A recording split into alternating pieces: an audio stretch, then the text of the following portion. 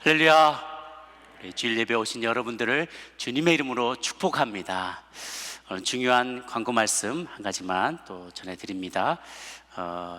들어오시다가 아마 보셨겠지만 지난주에 광고 말씀 드린 대로 우크라이나 사태가 참 많이 어렵고 힘들어서 난민들이 많이 발생하고 있는데요. 그분들에게 먹는 것, 또 간단하게 쓸 수 있는 일용할 그런 꼭 필요한 구호품들을 저희가 또 구매하고 뿐만 아니라 더 중요한 거는 성경이 다 동났다 그래요. 그래서 그분들이 마가복음만이라도 쪽복음이라도 그것을 보고 어려움 때에 하나님을 또 만날 수 있기를 바라는 마음에서 성경을 구매해서 함께 이렇게 보내려고 합니다. 그래서 들어오시는 길에 나와 있는 헌금함에다가 넣어주셔도 좋겠고요. 이렇게 우리 홈페이지 들어가셔서 지정 헌금하기를 원하시는 분들은 스페셜 오퍼링에 우크라이나 바이블 앤 릴리프라는 섹션이 따로 있습니다. 거기에 지정 헌금을 주셔도 좋겠습니다. 그러면 이번 주와 다음 주 저희가 두 차례 걸쳐서 모금을 해서 한국에서 예수전도단과 여러 복음적인 단체들이 함께 모여서 이 일들을 추진하는데 미션 펀드로 같이 저희가 보내드리도록 하겠습니다. 또 우리 클락스톤 난민도 그 중에 지금 한 10만 명 가까이가 우크라이나 난민들이 이제 들어오게 될 거라고 합니다. 저희도 기도하고 기억해 주시길 바라겠고요. 지금 이미 나와 있는 이 아프가니스탄 클락스톤 난민들 제가 지금 돕고 있는데요. 오늘까지 1부에서 3부 예배 후에 하나로 광장에서 도네이션을 받습니다. 아이들이 여기 들어와서 공부할 거, 아이패드 같은 거, 핸드폰 같은 거 고장난 것도 다 주시면 저희들이 다 픽스 해가지고 그 아이들에게 지난번에도 전달해 줬는데 너무너무 좋아하고 운동화 신고 너무너무 좋아했다 그래요. 여러분 많이 좀 힘을 모아주시기를 바라겠습니다. 안내문 참고하시기를 바라겠고요.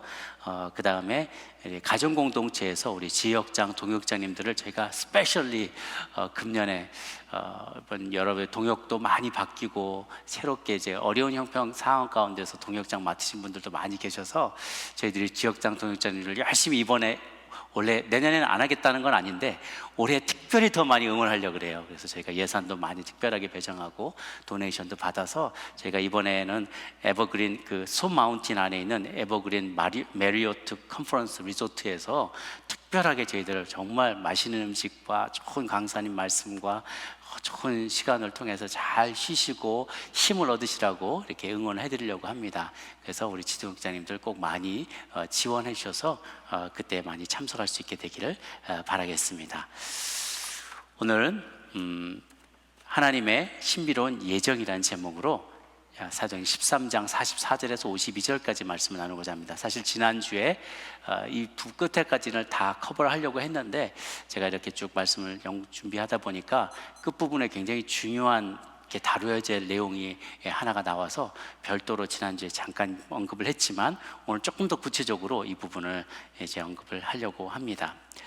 우리가 지난주에 13장의 그 가운데 부분에 사도 바울이 비시디아 안디옥, 또 다른 안디옥이죠. 비시디아 안디옥에 가서 많은 회당에 있는 유대인들과 또 갓피어라, 하나님을 경외하는 이방인들을 상대로 하나님의 복음의 말씀을 증거하는 것을 보았어요. 이스라엘의 역사도 쫙 풀어줬지만 자기들이 자부심 가질만 할 때 너희들이 예수 그리스도를 십자가에 못 박아 죽였다. 그분이 바로 메시아다. 그를 믿을 때마다 믿는 자마다 다 구원 얻게 된다라는 놀라운 복음을 선포했는데 44절 오늘 말씀 보니까 그 다음 안식일에 거의 그 동네 그 도시에 온 시민들이 다 몰려와서 하나님의 말씀을 들려왔다는 거예요. 그런 이야기를 못 들어봤었는데 유대인들에게만 해당되는 그런 성경 구약 성경 말씀을 많이 들어봤지만 온 사람들에게, 온 유대인과 헬라인 모든 이들에게 다 해당이 되는 그런 말씀을 처음 들은 거예요. 사람들이 깜짝 놀라서 그 기쁜 소식을 들기 위해서 몰려온 거예요. 사방에서 이 복음을 듣고자 사람들이 몰려왔어요. 그랬더니 45절에 유대인들이 그 무리를 보고 시기가 가득하여 바울이 말한 것을 반박하고 비방하거늘이라고 되어 있어요. 정통 유대인들이 왜 그들을 이 율법주의적인 유대인들이 왜 바울과 바나바를 반박했느냐? 왜냐? 그들은 배타적인 선민의식에 사로잡혀 있었어요. 우리만이 구원받을 자다, 태어나면서 우리만이 구원받을 자로 구별되었다라고 생각했는데 믿는 자면 누구든지 유대인 외에도 모든 사람들에게 활짝 열려있다, 구원의 기회가 활짝 열려있다는 얘기를 들었을 때 그들의 마음에 시기심이 생겨났다는 거예요. 다른 것도 아니고 시기심이 생겨난 거예요. 진리냐 아니냐를 따지는 게 아니라 그 마음에 시기심이 든다는 거예요. 그래서 그들을 핍박하고 박해를 했다는 것이죠. 우리가 여기서 반면교사로 삼을 내용이 있어요. 그것은 우리 안에 있는 영적인 교만함입니다. 영적인 엘리트주의입니다. 예수님이 마태복음 19장 30절에 이렇게 얘기하셨어요. 마태복음 19장 30절 말씀인데요, 같이 한번 보도록 할게요. 시작. 그러나 먼저 된 자로서 나중되고 나중된 자로서 먼저 될 자가 많으니라. 가끔 있을 것이니라가 아니라 많으니라고 하셨어요. 이것이 우리의 현실이에요. 때로는 우리가 한 40년, 50년, 60년 신앙생활을 오래 했는데 정말 오랫동안 주님만을 믿고 섬기며 왔는데 어느 날 정말 인생을 마구마구 살고 원하는 대로 쾌락을 쫓아서 막 살던 사람이 어느 날 자기 회개했다고 이렇게 들어와서 옆에 앉아 있는 거예요. 그러면 내 마음에 먼저 믿은 사람들은 어떤 마음이냐면, 아니 나는 한 지난 6, 70년 동안 주일날 어디 가지도 못하고 매번 봉사하며 뭐가 빠지도록 그냥 쇠가 빠지도록 내가 그렇게 열심히 일을 하고 밥 짓고 주차 봉사하고 어디 봉사하라고 선교로 다녔는데 일평생 놀다가 니나노 하다가 막판에 와서 여기 와서 예수 믿겠다고 하네. 이런 얌체가 어딨냐고 막 그런 마음이 말은 안 하지만 마음속에 그런 마음이 이제 가끔씩 우리 마음에 생긴다는 거예요. 그게 뭡니까 이게? 그게 바로 돌아온 탕자를 바라보는 맏형의 마음이죠. 이 녀석의 아버지 재산 가져가 다 팔아먹고 다 말아먹고 이제 왔는데 저는 아버지 제가 한 번도 거절하지 않고 맡기진 소치라면 소치고 양치라면 양치고 염소치라면 치며 그렇게 굳은 일 마다 않고 다 했는데 이 친구 이 녀석 돌아왔다고 그렇게 잘해주는 게 말이나 됩니까? 그런 마음, 하나님 예수님은 그런 마음이 옳지 않다는 거예요. 옳지 않다는 거죠.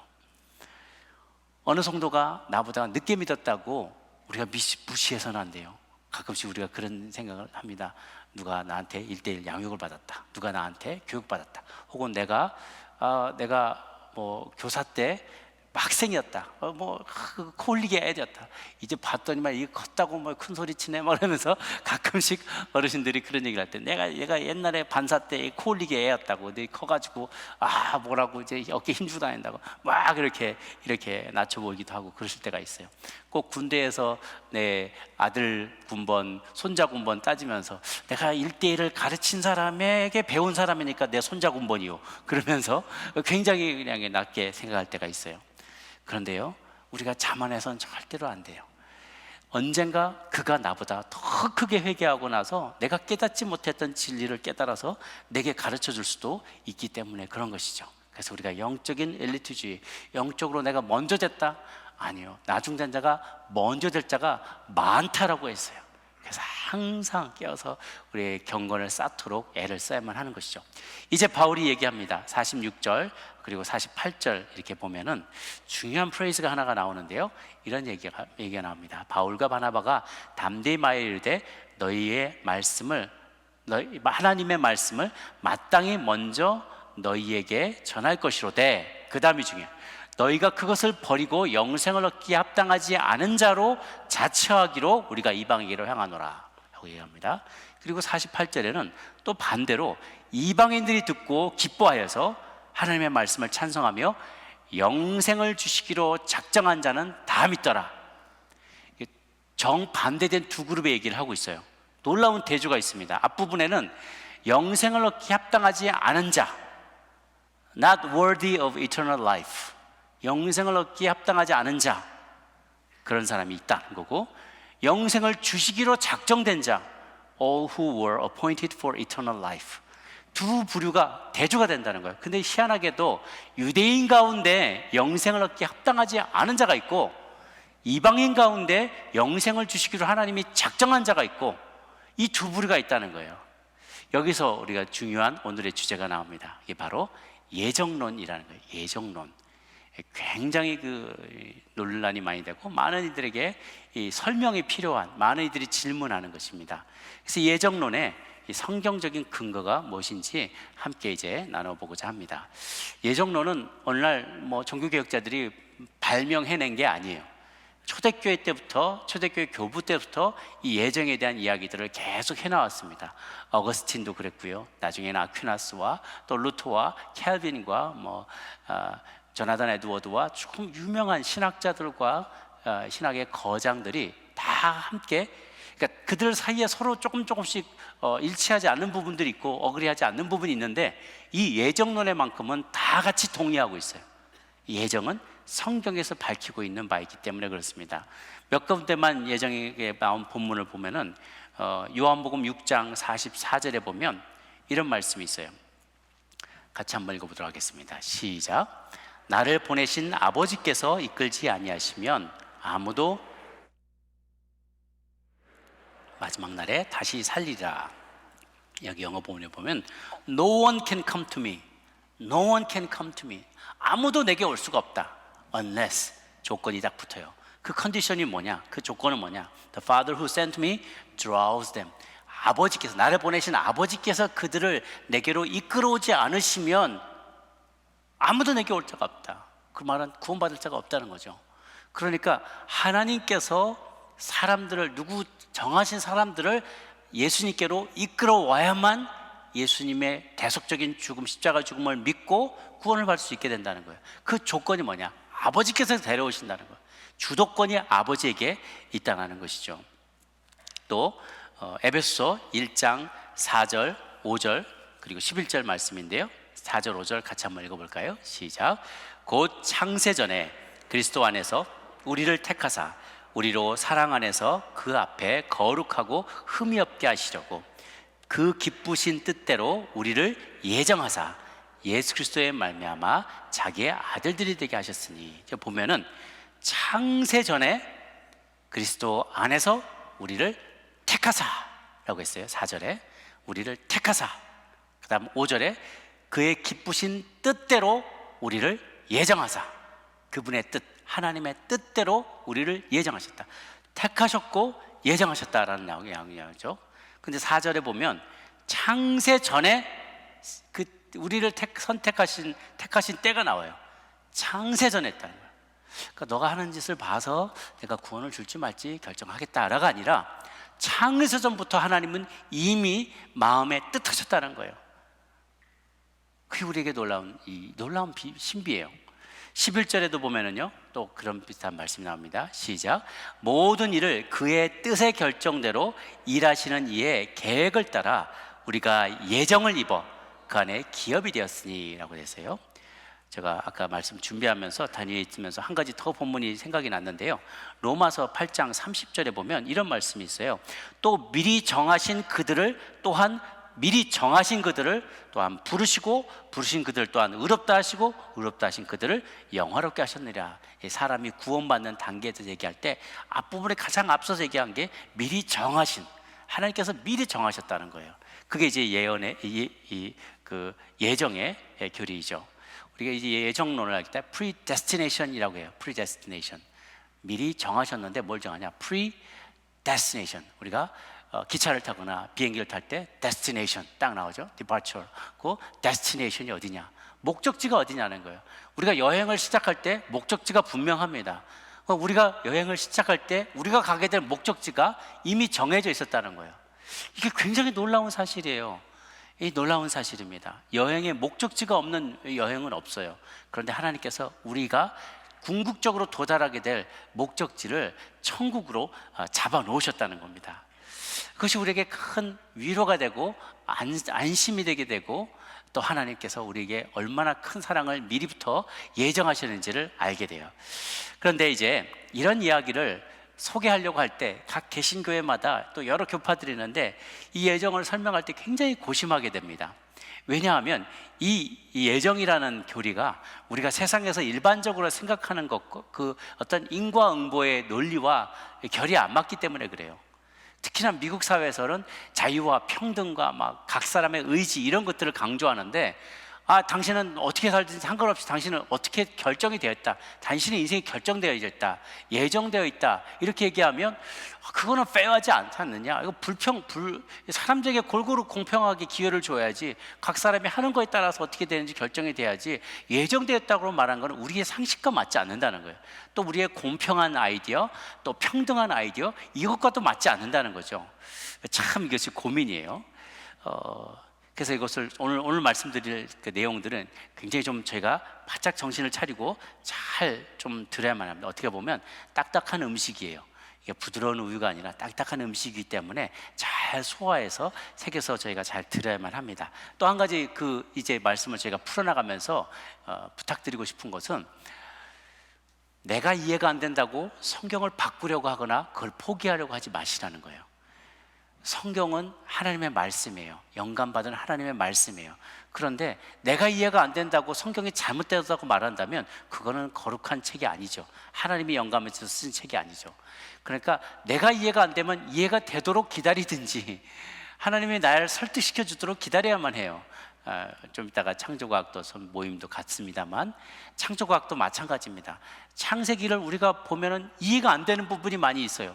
그렇다고 과학의 눈으로 보니까 창세기가 이해가 안 가, 그럼 창세기가 잘못된 거야 라고 말하는지, 그것을 바꾸려고 했을 게 아니라 우리가 아직 모자라는 거야. 우리의 과학의 실력이, 우리가 아직 덜 발달했고 덜 깨달았고 덜 발견했기 때문에 이것이 따라올 때까지 기다려야 돼. 결국은 성경이 맞는 건데 이것이 증명되기까지 시간이 걸리거나 아직도 우리는 더 많이 노력해야 되는 거죠. 그러니까 핵심은 성경이에요.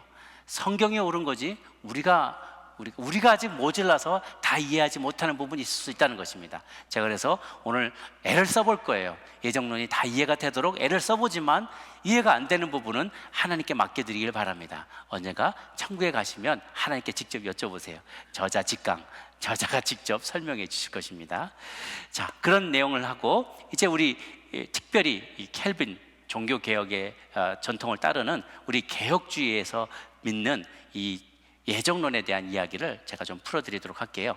예정론에서 중요하게 여기는 것은 구원받을 능력도 자격도 없는 인간에게 하나님이 어떻게 하나님이 주권적으로 은혜를 베푸셔서 구원을 얻게 하셨다라는 것입니다. 그러므로 예정론에서 주목할 것이 세 가지 내용이 있는데요.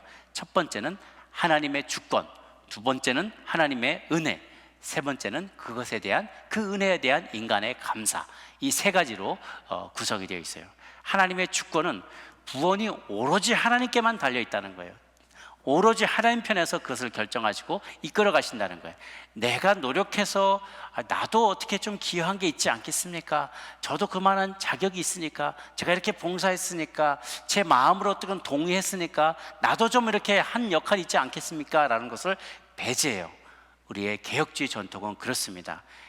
개신교 안에도 개혁주의 전통이 있고 다른 그렇지 않은 전통들이 있는데, 우리가 같이 속해 있는 우리가 믿는 고백하는 신앙 고백은 하나님의 주권을 강조합니다. 나의 노력과 나의 선택이 아니라 하나님이 전적으로 그렇게 주권적으로 우리의 구원을 결정하셨다는 거예요. 또한 두 번째는 하나님이 또한 우리에게 먼저 은혜의 손길을 내뻗어 주셨다는 거예요. 은혜가 있었기 때문에 우리가 믿게 되었다는 거예요. 순서가 중요합니다. 하나님의 은혜가 먼저예요. 내가 자격 없는 사람에게, 은혜는 자격 없는 자에게 베풀어 주는 거죠. 은혜가 먼저 우리 가운데 찾아왔어요. 그래서 하나님이 이 은혜로 믿은 자들을 구원해 주시는, 죄인을 구원해 주시는 거죠. 마지막으로는 그럼 우리의 반응은 무엇이냐? 우리의 반응은요, 인간은 하나님이 나를 선택하시고 구원해 주신 것에 대한 감사와 찬양밖에 해줄 게 없어요. 감사와 찬양밖에 없어요. 하나님 그저 감사합니다. 그래서 이것을 떠나서는 우리가 예정론을 이해하게 되면 오해가 많이 생기게 됩니다. 그러다 나중에 칼빈의 이런 예정론을 너무 과하게 해석해가지고 구원받을 사람들과 그렇지 못한 사람들을 미리 갈라놨다든가 그 숫자를 다 다 계산해 놔서 구원받을 사람들은 딱 예정해 놨는데 14만 4천 명밖에 안 된다더라. 그러니까 박 터지게 그 13명 채우려고 하다가 그 넘어가 보면 너 당신 이제 안 됐다고, 끝났다고, 이 하는 예정을 벗어난 사람이라고 이렇게 말하는 것 옳지 않다는 거예요. 이게 경직된 형태의 예정론은 칼빈이 주장한 게 아니에요. 그 후대 사람들이 극단적으로 해석을 하게 된 것이죠. 그래서 조금 더 어렵지만 좀 더 설명을 해드리자면, 두 번째, 우리가 믿는 예정론은 이중 예정론입니다. 이중 예정이에요.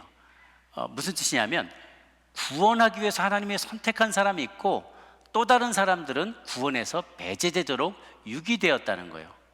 그 말은 뭐냐면 방치되었다는 말이 좀 더 옳은 표현이 되겠습니다. 어떤 사람은 하나님께서 선택하셨고 어떤 사람은 방치시켜 놨다는 거예요. 이것이 매우 중요한 뜻이 있는데요, 로마서 9장 10절에서 16절까지를 한번 보도록 할게요. 좀 길지만 잘 인용을 한 내용이 이해에 도움이 됩니다. 10절부터 저와 교독할게요. 그뿐 아니라 또한 리브가가 우리 조상 이삭 한 사람으로 말미암아 임신하였는데 그 자식들이 아직 나지도 아니하고 무슨 선이나 악을 행하지 아니한 때에 택하심을 따라 되는 하나님의 뜻이 행위로 말미암지 않고 오직 부르시는 이로 말미암아 서게 하려 하사 리브가에게 이르시되 큰 자가 어린 자를 섬기리라 하셨나니 기록된 바 내가 야곱은 사랑하고 에서는 미워했다 하심과 같으니라. 그런즉 우리가 무슨 말을 하리요? 하나님께 불의가 있느냐? 그럴 수 없느니라. 모세에게 이르시되 내가 긍휼히 여길 자를 긍휼히 여기고 불쌍히 여길 자를 불쌍히 여기라 하셨으니, 함께 있습니다. 그런즉 원하는 자로 말미암도 아니요 다른 박질하는 자로 말미암도 아니요 오직 긍휼히 여기시는 하나님으로 말미암입니다. 아멘. 자, 이 내용을 잘 살펴보시기를 바랍니다. 리브가에게 두 아들이 있었어요. 야곱과 에서입니다. 근데 이건 둘이 배다른 자녀도 아니에요. 위에 있었던 그 이삭과 이스마엘은 배다른 자녀였어요. 그런데 이 야곱과 에서는 같은 엄마 리브가 밑에서 태어난 쌍둥이였어요. 그것도 한날 한시에 같이 태어났어요. 그런데 에서 보고 네가 먼저 네가 형인데도 큰 자가 작은 자를 섬기게 될 것이다 라고 예언하신 거예요. 그리고 뿐만 아니라 실제로 그 일이 이루어져서 야곱이 아브라함과 이삭과 야곱과 요셉으로 대를 이어서 메시아의 계보를, 나중에는 이스라엘의 계보를 이어가게 됩니다. 에서는 나중에 에돔 족속이 되고 어찌 보면 버림받은 것과 같은 그런 처지에 놓이게 돼요. 실제로. 그런데 그런 일이 어째서 그런 일이 벌어졌는가? 야곱이 이쁜 짓을 해서 그랬나? 아니라는 거예요. 태어나기 전부터 하나님의 뜻이 행위로 말미암지 않고 오직 부르시는 이로 말미암아 서게 하려고 태어나지도 않고 무슨 선이나 악을 행하지도 않았는데 택하심을 따라서 하나님이 야곱을 택하셨다는 거예요. 그런데 거기에 나온 표현이 굉장히 주목할 만합니다. 그렇다고 14절에 하나님께서 불의하냐? 이거 빼야하지 않습니다 라고 말할 수 없다는 거예요. 그리고 15절에 내가 긍휼히 여길 자를 긍휼히 여기고 불쌍히 여길 자를 불쌍히 여긴다. 이 말은 무슨 말이냐면, 얘가 잘했으니까 얘를 내가 예뻐할 자를 예뻐하고 벌할 자를 벌한다라는 게 아니라, 둘 다 자격이 없는데 내가 불쌍히 여기고 긍휼히 여길 자는 내가 얘를 긍휼히 여겼는데 얘는 내가 거기까지 긍휼히 여기지는 않겠다라는 거예요. 그러니까 기본적인 스타팅 포인트가 여기서 다 어떤 자격 있는 사람 중에서 고른다는 게 아니라 둘 다 망할 자녀였다는 거예요. 우리 모두가 망할 자녀들이었다는 거예요. 그런데 그 중에서 어떤 일을 더 긍휼히 여겨주셨다는 거예요. 불쌍히 여겨주셨다는 거예요. 다른 박질 잘한다고, 뭔가 유능하다고, 뭔가를 더 많이 봉사했다고 하나님이 선택한 것이 아니라 태어나기 전부터 하나님이 그렇게 선택하셨다는 거예요. 그래서 하나님이 누구를 사랑한다, 누구를 더 미워한다, 이런 표현도 또 다른 데서는 야곱은 13절에 보면 야곱은 사랑하고 에서는 미워했다 하신 것 같으니라 라는 구약에 인용하는데, 야곱을 미워했다? 왜 하나님이 미워하시지? 그건 하나님이 잘못한 거 아니야? 하나님 마음이야? 이렇게 우리가 생각할 수 있는데, 이거는 관용구인데요. 누가복음 14장 26절에 보면 예수님이 제자들에 이렇게 얘기하세요. 누가복음에 누구든지 자기 가족을 미워하지 않으면 내 제자가 될 수 없느니라. 그럼 정말 가족을 미워하라는 말인가? 그게 아니라는 거예요. 우선순위라는 거예요. 가족을 미워하라는 게 아니라 하나님과 나 가족 하나님과 가족 중에서 누구를 따르랴? 하나님이 이런 명령을 했는데 가족은 저렇게 명령을 했을 때 내가 하나님 명령을 따를 것인가? 그 부모가 했던 너 교회 가지 마 그러면 그걸 내가 따를 것이냐? 우선순위를 먼저 생각할 수 있어야 된다는 거예요. 우선순위에서 하나님이 에서보다 야곱을 하나님은 우선적으로 택하시고 그를 긍휼히 여기셨다는 그런 뜻이 되는 것이죠. 그래서 여기에서 하나님이 택할 자를 택하고 유기할 자, 방치할 자를 방치했다라고 되는 거예요. 그럼 여기서 이제 예정론에 대한 여러 가지 오해와 비판이 생겨날 수 있게 되는 것이죠. 그 봐라, 이거 봐라. 그러면 하나님은 불공평한 폭군이 아니신가? 하나님이 누구는 선택하고 누구는 버리자는 거. 그래놓고 왜 그 사람을 잘못이라고 탓하냐 이거죠. 왜 그 사람 잘못이라고 탓하냐는 거예요. 2010년에 살인사건에 연루돼서 10년형 이상을 살고 출소한 전과자가 미국 전국적으로 한 100명 정도가 출소를 했다고 합니다. 그런데 아틀란타에서 이 식당 체인을 운영하는 어떤 분이 정말 신실한 분이 있었는지 그분이 그 사람 중에서 내가 이 사람들 그래도 기회를 줘야 되지 않겠냐 그래서 그 중에 5명을 뽑아가지고 장학금을 줬대요. 그리고 대학까지도 다 교육을 마치도록 다 펀딩을 해준 거예요. 그리고 졸업 후에 전원 그 아틀란타 베이스에 있던 식당 체인에 다 전원 취업을 시켜줘서 이 사람들이 다시 갱생해서 살 수 있게 이렇게 도와줬다라는 미담이 아틀란타 신문에 실렸어요. 그런데 어떤 사람이 그 신문 기사를 보고 그 밑에다 이런 댓글을 다는 거예요. 그 사장 그렇게 돈 많이 벌었다는데 돈 많으니까 그런 거 하지. 돈 많으면 무슨 일인들 못해? 뭐 죽을 때 가져가겠어? 나 같으면. 그런데 말이야, 나 같으면 이왕 도와줄 거 100명 다 공부시키고 다 취업시켜주겠다. 나머지 95명을 어쩌란 말이야. 참 불공평한 사람이야 하고 댓글을 달아놨단 말이에요. 그런데 의외로 그렇게 생각하는 사람이 많은지 그 댓글에다가 너도 나도 좋아요를 다 누르는 거예요. 이 이야기는 예정에 대해서 사람들이 가지고 있는 많은 불편한 신기를 근거로 제가 만들어낸 이야기입니다. 여러분 마음에 그런 게 없냐 이거예요. 예정에 대해서 우리가 불편해하면서 이순신 장군은요 그런 얘기 많이 해요. 나라를 구했잖아요. 저 사람은요 법 없이도 살 사람인데 저 사람은 왜 구원 못 받나요? 이렇게 주장을 하는 거예요. 이거 뭐라고 하냐면 물에 빠진 사람 건져놨더니 보따리 내놓으라는 격이라고 똑같아요. 기본적으로 우리는요 이렇게 만약에서 왜 저 사람은 자비를 베풀지 않아요? 저 사람에게는 왜 95명에게는 은혜를 왜 안 줬나요? 라고 말하면 그게 강요된 은혜는 이미 은혜가 아니에요. 그렇죠? 강요된 은혜는 은혜란 말 그대로 정의의 심판을 받아 마땅한 사람에게 심판을 유예해 주는 게 은혜잖아요. 그런데 모두에게 은혜를 베푸면 이거는 은혜가 아니라 불의를 일반화시킨 거예요. 불의가 온 세상에 판치게 만들어버리는 거죠. 그래서는 안 되죠. 하나님은 사랑의 하나님이시자 또한 공의의 하나님이시기 때문에 그럴 수 없는 거예요. 다 망할 사람들이었지만 그중 일부를 살려주는 것을 은혜라고 말하고 자비라고 말하는 것이죠. 그렇다고 해서 하나님께 모든 사람을 살려줘야 되는 의무가 있는 것은 아니에요. 하나님은 공의의 하나님이시기 때문에. 그래서 최소한의 장치를 말하는 거죠. 내가 공의의 하나님이지만 내가 이 중에 구원받을 자를 내가 택했다.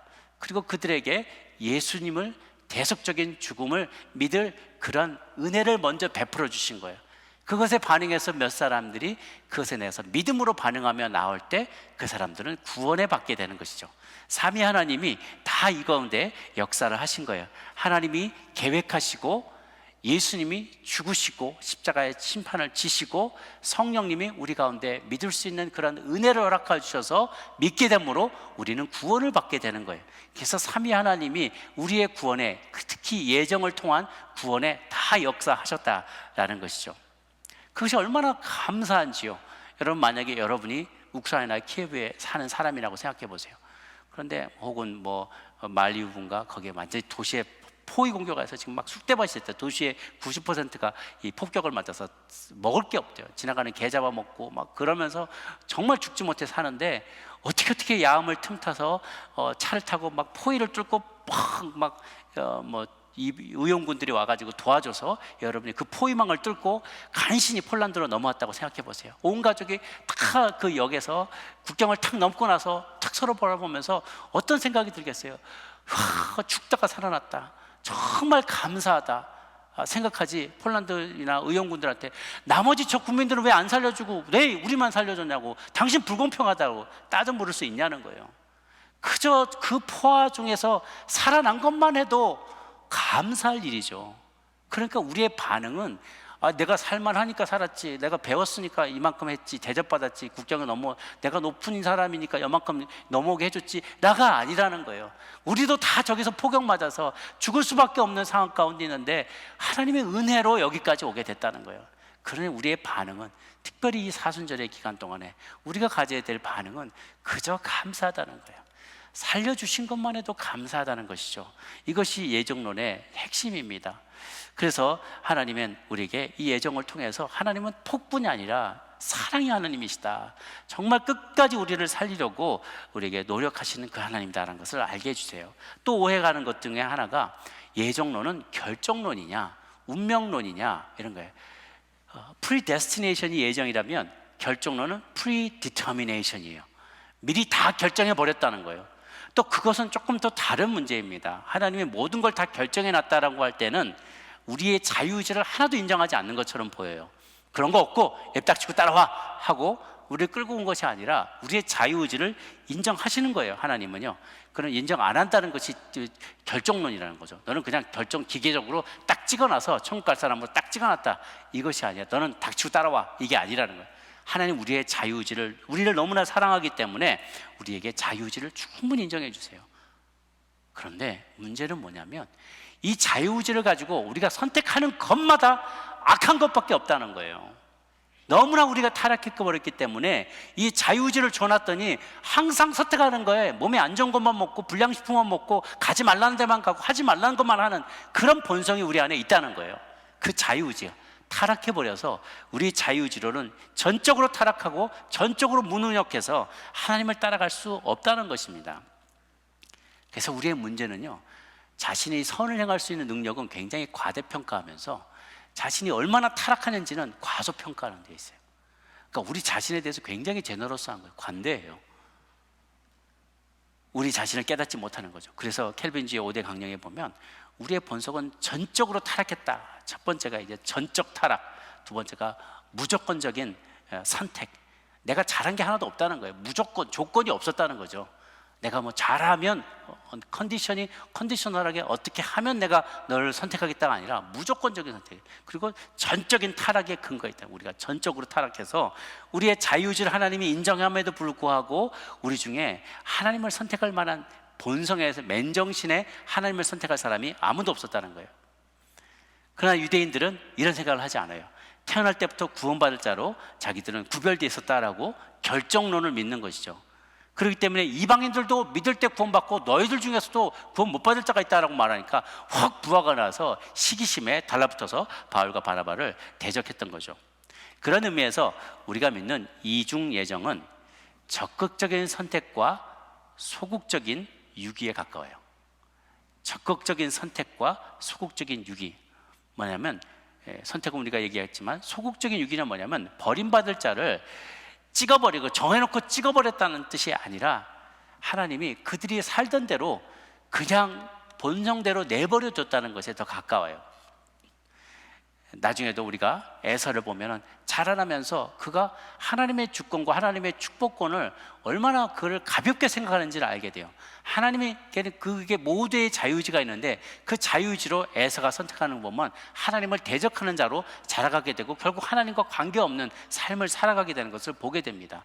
야곱도 똑같이 마찬가지 망할 자식이었어요. 망할 운명의 자식이었지만 하나님이 야곱에게는 은혜를 베풀어 주신, 긍휼을 더 베풀어 주신 거죠.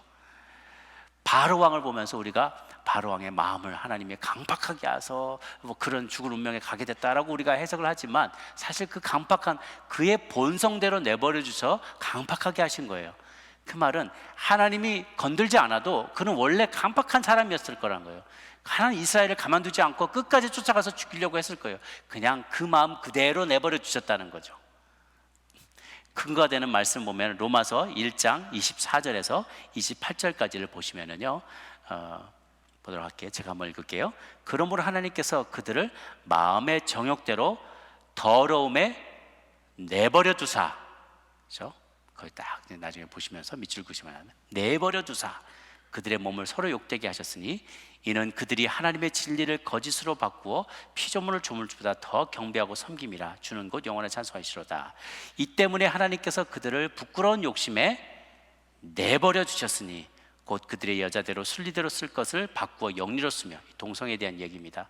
27절에 그와 같이 남자들도 순리대로 여자 쓰기를 버리고 서로를 향하여 음욕이 부릴 듯하며 남자가 남자와 더불어 부끄러운 일을 행하여 그들의 그릇 때문에 상당한 보응을 그들이 자신이 받았느니라. 마지막 28절에 또한 그들이 마음에 하나님 두기를 싫어하며 하나님께서 그들을 그 상실한 마음대로 어쨌다고요? 내버려 두셨다. 이것이 다 소극적인 유기예요. 유기, 방치해뒀다는 거예요. 내버려 두사 합당하지 못한 일을 하게 하셨으니, 하나님이 시켰냐? 그게 아니라는 거예요. 이미 우리는 타락한 자유의지로 내버려 주셨을 때는 항상 우리는 악을 행하고 내 원하는 대로, 내 뜻대로 죄를 행하게 되어 있었다는 것이죠. 그렇기 때문에 이 예정론은 내 의지 따라서 어떤 결정론이 아니라 하나님이 우리에게 자유의지를 주셨지만 우리가 악을 행한다는 거예요. 또 한 가지는 무엇인가? 이것은 조금 민감한 부분이긴 한데 예지 예정이 맞느냐는 거예요.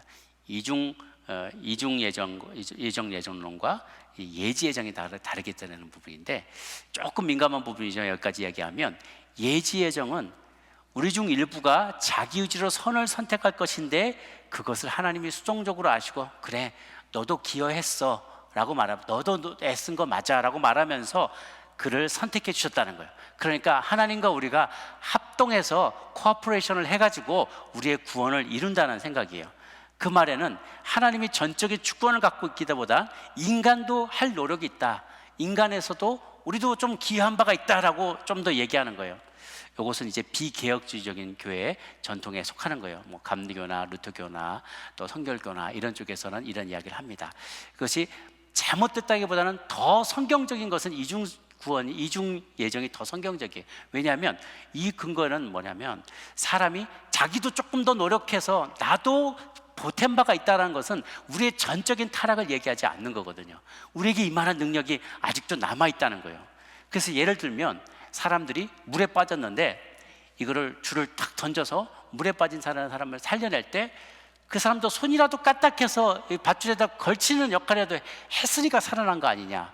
혹은 병들어서 죽게 된 사람이 있는데 신약이 개발돼서 그것을 먹일 때 이 사람 하고 입이라도 벌리지 않았느냐. 그만큼 노력을 했으니까 그래서 그 사람이 구원받은 것이 아니냐라고 말하는데요. 정말 성경적인 근거는 뭐냐, 성경적인 설명은 뭐냐면 우리는 이미 죽은 목숨이라는 거예요. 죽은 자, 시체를 건져놨다는 거예요. 시체를 건져놓고 살도록 생기 불어넣어서 CPR하고 인공호흡하고 그래서 살려놨다는 거예요. 그래서 우리는 주장할 게 아무것도 없었다는 거죠. 이미 죽어버린 거나 다름없는 사람들을 하나님께서 우리를 살려주셨다는 거예요. 그러니까 우리가 절벽을 향해서, 벼락을 향해서 막 도망가는 자를 하나님이 끄집어내어가지고 너 글로 가면 죽어, 제발 글로 가지 마라고 하나님이 불러 세워서 은혜 베푸셨기 때문에 우리가 살아난 거지, 내가 반응해서 내가 무엇인가를 했기 때문에 나의 행위로 구원받은 것은 하나도 없다. 정말 오늘 말로 1도 없다. 그래서 이것은 전적인 하나님의 주권이고 전적인 하나님의 은혜라는 것을 우리가 깨닫게 되는 것입니다.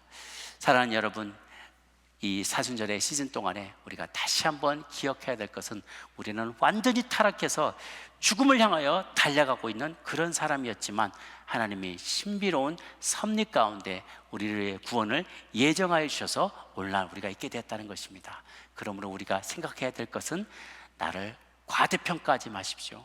나의 죄악을 과소평가하지 마십시오.